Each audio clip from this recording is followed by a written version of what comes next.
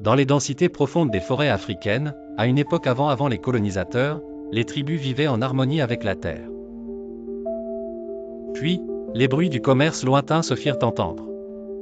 Les premiers envahisseurs, européens et arabes, arrivaient sur les côtes africaines avec une avidité éclatante, leur regard tourné vers la richesse de l'Afrique, ses ressources, ses terres, et, tragiquement, son peuple.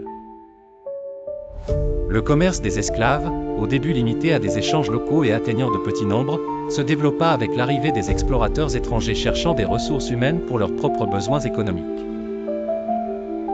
L'Afrique, un continent florissant de cultures diverses, commença lentement à se désintégrer, alors que les hommes, les femmes et les enfants devenaient monnaie d'échange.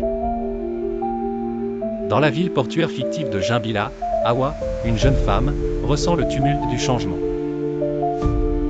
Elle observe les navires à voile blanche s'amarrer, déchargeant des biens, mais surtout prenant des vies humaines dans leurs cales sombres et froides.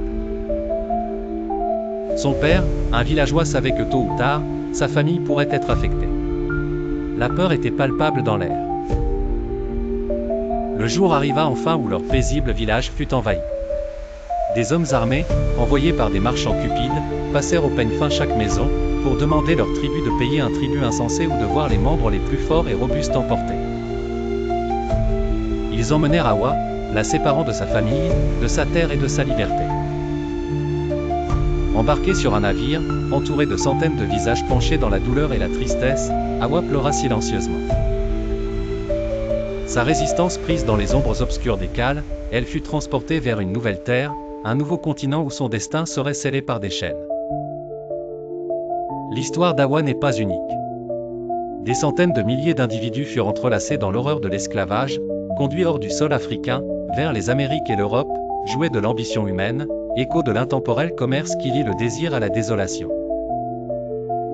Cependant, le souffle de l'indépendance et de la liberté finit toujours par percer.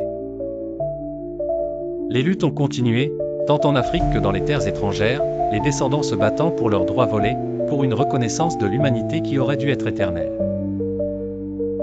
L'histoire de l'esclavagisme en Afrique est une réflexion sur les ténèbres d'une époque mais aussi sur la résilience de ceux et celles qui, malgré les chaînes invisibles, ont continué à espérer, à rêver et à se battre pour un monde où l'humanité prime sur l'injustice.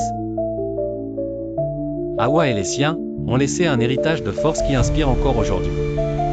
Ainsi, cette époque signifie non seulement une cicatrice historique mais aussi un cri de détermination assuré à brasser contre l'oppression.